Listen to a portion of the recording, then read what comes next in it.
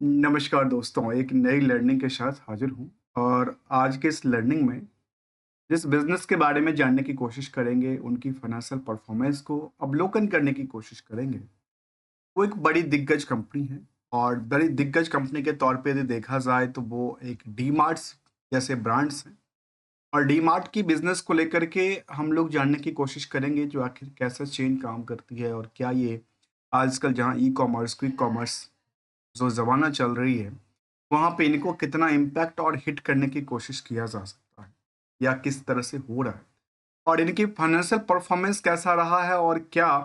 जो stock market की trend है क्या वहां से वो कुछ रिवर्सल की कोशिश तो नहीं कर रहा है। यहाँ पे इंटरेस्ट जो है वो लगातार बढ़ती जा रही है दिन बाय दिन। उसके पीछे कुछ कहानियां तो नहीं है, हम समझने की कोशिश करेंगे आज के इस लर्निंग में। जहाँ सबसे पहले हम लोग जानने की कोशिश करते हैं कि आखिर डीमार्ट जो है वो एक रिटेल चेन कंपनी है जो अपनी एक रिटेल स्टोर बनाती है अलग अलग सिटीज में। इनके पास काफ़ी सारे रिटेल शॉप है जहाँ पे जो डेली डेली नीडेड जो आइटम्स होती है उस पे कामकाज करती है, उसको बेचती है अपनी रिटेल शॉप के थ्रू। और उसमें ऐसा भी है कि इनके पास जो ब्रांड्स हैं अलग अलग जो ब्रांड्स हैं उनकी भी एक कह सकते हैं कि एक जो बॉक्स है या फिर एक रैक जिसको हम कहते हैं वो रैक होती है अलग अलग ब्रांड का और वो शायद उनको पेमेंट भी देती है कई सिचुएशनों में। तो फिलहाल हम जानने की कोशिश करेंगे कि डी मार्ट्स जो बिजनेस कर रही है उस बिजनेस में क्या ये क्विक कॉमर्स में भी आ रही है और क्विक क्विक कॉमर्स में आने से उनको बेनिफिट होना ही स्वाभाविक सी बात है। और साथ में क्या ये कंपनी का जो अभी तक का परफॉर्मेंस है, पास्ट परफॉर्मेंस, वो कहाँ तक स्थिरता बना पाती है, उस पे हम लोग अवलोकन करने की कोशिश करें। देखिए, सबसे पहले देखा जाए तो हम इनको पीयर्स में कुछ कंपनी की लेंगे क्योंकि आपके आसपास में यदि कोई दुकान है, छोटी दुकान, ये जो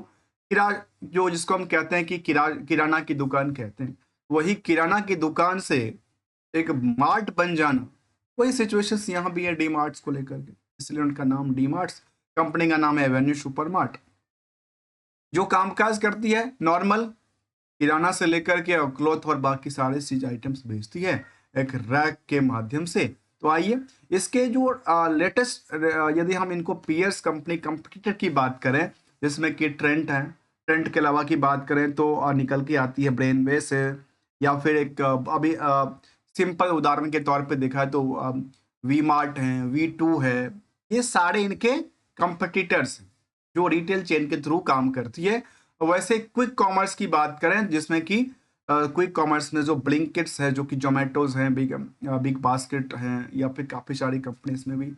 शामिल है, जिसमें कि क्विक कॉमर्स प्रोवाइड करती है। फिलहाल हम यहाँ पे रिटेल चेन की बात करें जो स्टोर खोलने के बाद अपने बिजनेस को अलग अलग स्टोर के माध्यम से कस्टमर तक पहुँचती है और वहाँ से कुछ कमाई करने की साधन है।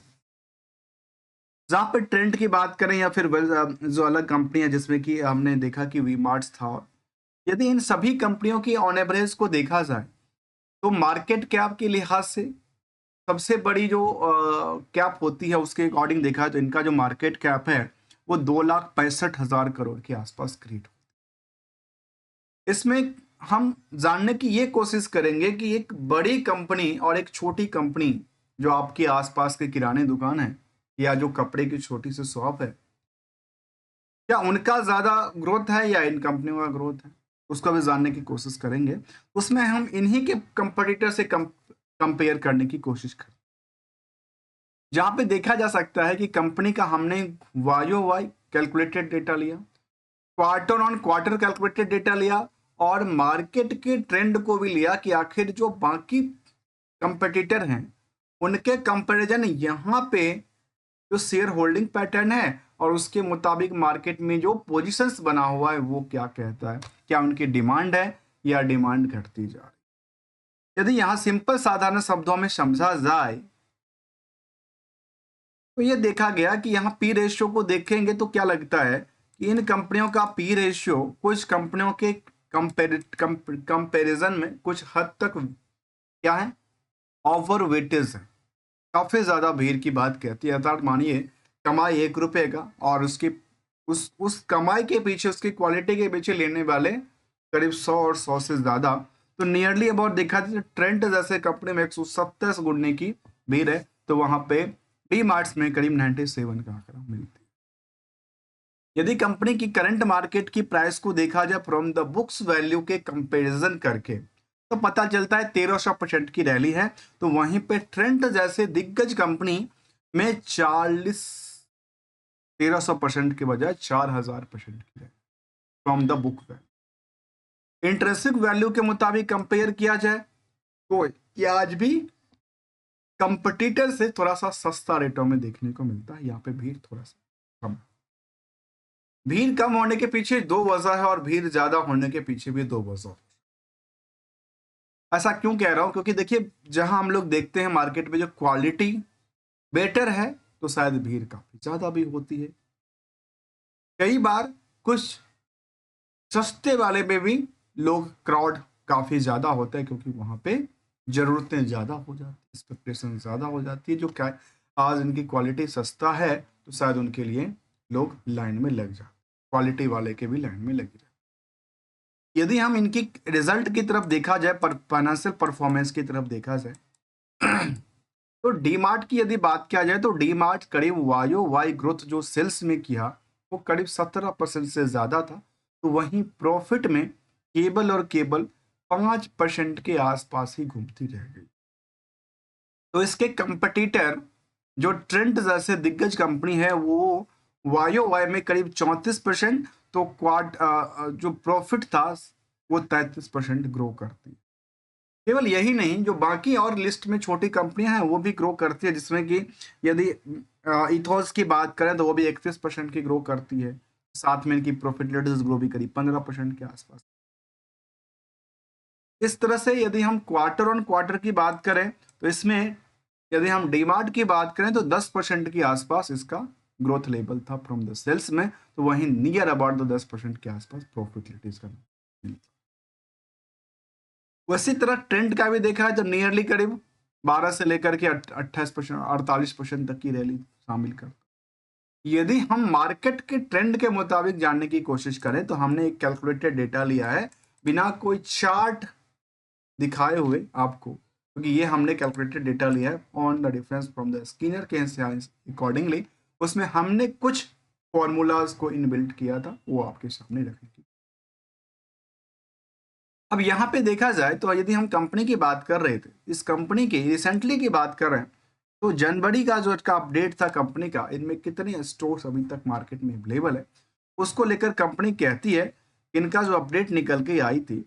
वो ये कंपनी का देखा जाए तो इनके बिजनेस और ऑपरेशन को लेकर के और टोटल इनका जो ग्रोथ रेवर है या फिर प्रोडक्ट कैटेगरीज की बात उन्होंने कहा था, कुछ चीज़ों में highlight in the red carpet बिछी दिखी तो कुछ में ग्रीन कारपेट की तरफ इशारा देती। यदि प्रेजेंस की बात किया जाए तो कंपनी के यदि क्लस्टर्ड बेस एक्सपेंशन स्ट्रेटजी जो कंटिन्यू है, जिसमें काफी सारे स्टेट को अलग अलग सिटीज को कवर कर रही है दिन बाय दिन, जहाँ पे gradually expansion in the large जो कि टाउन है उस पर भी है, छोटी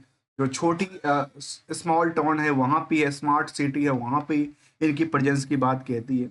इसके अलावा देखा जाए इनकी ग्रोथ ये थी, इसके अलावा ये ग्रोथ चेंज होकर के देखा है तो अभी आजकल ये ग्रोथ लगातार बढ़ती जा रही, जो कि पहले इनके पास देखा जाए 16-17 के आसपास तो केवल और केवल एक सिटी को कवर करती थी। तो आजकल की बात करें जो 9 मंथ का डेटा है 24-25 के अकॉर्डिंग, वहां पे 25 सिटी की कवर करती की बात शामिल कर। यदि स्टोर एडिशन की बात किया जाए तो दिन बाय दिन इनके स्टोर एडिशन बढ़ती जा रही है, और इसमें देखा गया कि यहाँ पे टोटल इनके पास करीब करीब कह सकते हैं कि 400 के नियरली स्टोर हैं पूरे ऑल ओवर इंडियाज में, चाहे वो छोटी शहर हो चाहे वो बड़ी शहर हो, जहाँ पे अपने रिटेल चेन के माध्यम से कंपनी अपनी प्रोडक्टिविटीज को बेच रही है और वहीं से 2 टका की पैसे भी कमा। चलिए भैया जी जानने की कोशिश करेंगे इनके फाइनेंशियल परफॉर्मेंस को, जहां पे हमने क्वार्टर ऑन क्वार्टर और वाई वाई के बेसिस पे लिया था। यहाँ पे देखा जाए तो जो कंपाउंडेड डेटा निकल के आई उसमें देखा जाए तो सेल्स दिन बाय दिन अभी भी स्टेबल्स है, जो कि लास्ट 3 साल में देखा है तो करीब 28%, तो लास्ट 1 ईयर में देखा जाए लास्ट 12 महीने की बात करूं तो 18% की रैली बना के रखी, स्टेबल रही। तो वैसे ही जो प्रॉफिटेबिलिटीज का एक्शन था वो थोड़ा सा डैमेज करती देखी गई, लेकिन मार्केट में ऐसा नहीं कि पूरे के पूरे मार्केट्स क्या हुआ, चपट कर दिया या फिर मार्केट साफ हो गया। मार्केट में जगह बना के रखी जहां 12% तक की उनके पास रखता है। वहीं से स्टॉक प्राइस सीजीआर भी कुछ गिरावट में है, ये कह सकते हैं कि लास्ट 1 ईयर में 10% की गिरावट थी, तो रिटर्न ऑन इक्विटी को लेकर देखा है तो 14% तक की रिटर्न क्रिएट करती देखी। समरी डेटा की बात करें एवेन्यू सुपरमार्ट की, तो ये देखा गया कि कंपैरिजन फ्रॉम द इंडस्ट्रियल की पी के मुताबिक जो स्टॉक पी है थोड़ा सा नहीं ज्यादा ओवरवेटेज। मतलब एक कंपनी में, एक दुकान में जहां 1 रुपए की कमाई के पीछे पूरे के पूरे इंडस्ट्रियल की बात करूं तो करीब 43 लोगों का भीड़ है, तो इनकी अर्निंग के पीछे 97 लोगों का भीड़ है। जैसे एग्जांपल के तौर पे आपके सामने लेने की कोशिश करता हूं, अर्निंग पर शेयर जो कमाई है कंपनी का वो 41 रुपए के आसपास है, और 41 को यदि मल्टीपल करेंगे 97 से तो stock price the current market price करीब करीब 4000 से ज्यादा का। यदि करंट मार्केट की प्राइस को 52 वीक के हाई पोजीशन और लो पोजीशन से कंपेयर किया जाए तो ये दिखता है कि मार्केट में इनका जो डिमांड थी वो करीब 20-25% के आसपास गिरावट हो चुकी है, तो बॉटम से भी मार्केट उछल चुका है। चलिए इसको भी हम जानने की कोशिश करते हैं जो आखिर इसमें क्या है, क्या कुछ स्कोप बनती है, क्या अपॉर्चुनिटी बनती है या नहीं। यहाँ प्रमोटर्स साहब जो इनके हैं वो काफी स्ट्रांग है, जो स्ट्रांग पर्सन है जिनके पास 74% से ज्यादा होल्डिंग है, अल्टीमेटली 75% की होल्डिंग है। डिविडेंड का कोई ट्रैक रिकॉर्ड मेंटेन नहीं करती है, और साथ में कंपनी का डेट्स बिल्कुल नहीं के मुताबिक करंट रेशियो के नंबर भी बहुत ज्यादा हिट तो नहीं करती। यदि इस कंपनी की रिस्क फैक्टर की बात करें तो इनके पास जो पेमेंट रिसीवेबल्स की डेटा है उसके मुताबिक केवल क्योंकि प्रीपेड का ज़्यादा ट्रांजेक्शन है, रिटेल चेन में जो पेमेंट आती है वो हैंड टू हैंड आती है, तभी तो आप इसको सामान देते हैं। तो एक दिन का इनका रिस्क फैक्टर रहा था, और इस एक दिन की रिस्क फैक्टर की यदि बात करें तो सोचिए एक दिन का सेल्स के आधार पर मैं केवल आउटस्टैंडिंग पार्ट को देखा जाए तो ये कह सकते हैं कि इनका outstanding part only on the one days for the 100 crore. मतलब ये समझ में आ रहा है कि कम से कम इनके पास 100 करोड़ तो आउटस्टैंडिंग एक दिन का पड़ा रहता है। अब सोचिए सेल कितना हो एक दिन का। टोटल ऑन एवरेज सेल की बात किया जाए तो क्वार्टरली सेल्स करीब करीब 16,000 करोड़ का रहा है, और वैसे ही ईयरली सेल्स की बात करें तो पूरा लास्ट 12 महीने के हिसाब से करीब 57,000 करोड़ की सेल्स है, जो कि इस तरह के सेल्स कंपनी के पास पुराने कभी रिकॉर्ड के मुताबिक नहीं आए थे। तो सोचिए जहां कोविड के बाद की बात करें तो करीब 21 में कोविड आया था, 21 20 21 और 21-22 की बात करूं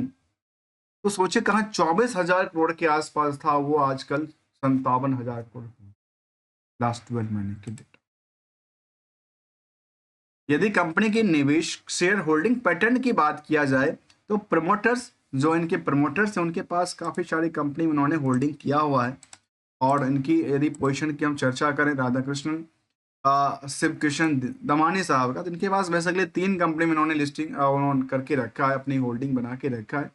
इसमें BF यूटिलिटीज है, चाहे BST इंडस्ट्रीज जो कि सिगरेट बनाने वाली कंपनी है, और यहाँ पे जो एक रिटेल चेन सुपरमार्ट कंपनी के तौर पे बने। इसमें FII और DII की दोनों की निवेश पड़ी हुई है। आम निवेशकों के पास 8% की होल्डिंग में 7 लाख से ज्यादा शेयर होल्डर का लिस्ट शामिल कर, कितने की 7 लाख से ज्यादा। अब एक चीज को और जानना जरूरी है कि आखिर जो पियर्स कंपनी है क्या वहां पे भी पिटाई हुआ था या केवल इसी में पिटाई हुआ था। यदि एवेन्यू सुपरमार्ट की बात करें तो 52 वीक के अकॉर्डिंगली प्राइस को देखा जाए तो यहाँ पे देखा गया करीब करीब 26% के इनके स्टॉक प्राइस में पिटाई हुई थी, जबकि ट्रेंट जैसे दिग्गज कंपनी में भी 36% की पिटाई, तो कुछ कंपनी में थोड़ा सा कम तो कुछ कंपनी में थोड़ा सा ज्यादा, अर्थात ज्यादा से ज्यादा देखा जाए तो एक कंपनी है जिसका नाम है ब्रेनवेश, जिसमें 50% से ज्यादा मार्केट टूट चुका। नेट इनकम के कंपैरिजन फ्रॉम द कंपटीटर से देखेंगे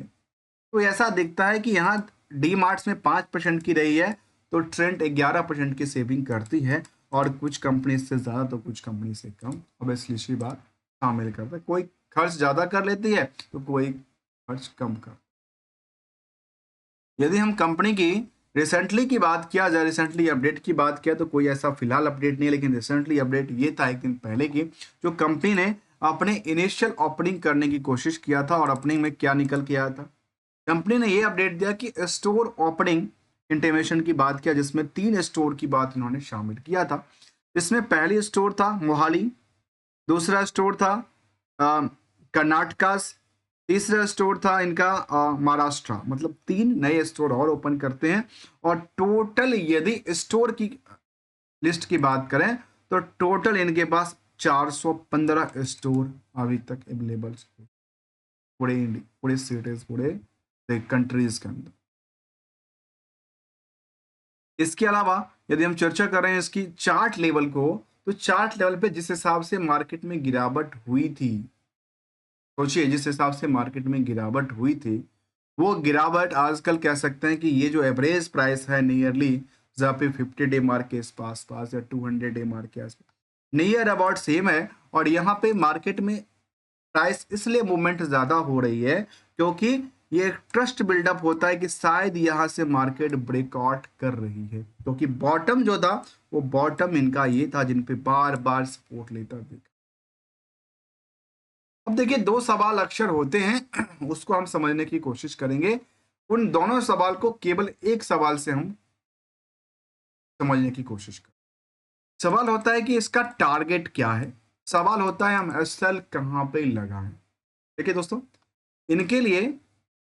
हमेशा कोई ना कोई अपने टारगेट को अचीव कर रहा है, और कोई ना कोई अपनी एसएल को ले रहा है। क्यों? कि जब तक कोई एसएल नहीं यूज करेगा तब तक दूसरे के लिए प्रॉफिट नहीं बनेगा। अब सिंगल गोल्डन रूल क्या कहता है कि होती हुई यदि प्रॉफिट दिखती हुई प्रॉफिट हो तो लपेटने की आदत डालनी पड़ेगी, और कुछ ऐसे ही सामान को आप अब स्टोर करके रखिए। मान लेते अपने फ्रिज के अंदर की बात ही करूं, या अपने घर के अंदर की बात ही करूं, जो वैल्यूशन में आज के टाइम में तो कमी दर्ज करता हो, लेकिन फ्यूचर में उसकी वैल्यूशन कमी ना आए, वैसे सामानों की जरूरत बाद में भी रहेगी, उसका वैल्यूशन लगातार बढ़ता सकता है। इसलिए कुछ अच्छे प्रोडक्ट, अच्छी क्वालिटी के प्रोडक्ट लेने की जरूरत पड़ती है, और हमारे साइड से कोई भी ट्रेडिंग एडवाइजरी की बात बिल्कुल नहीं होता है कि आप किसी स्टॉक को खरीदो, बेचो या रखो,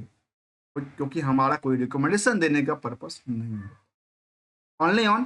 कंप्लीट डिटेल लर्निंग के पर्पज से हम लेके आने की कोशिश करते हैं, जहां पे हर एक पहलू पे चर्चा एक डीपली लेवल पे करने की प्रयास करते हैं।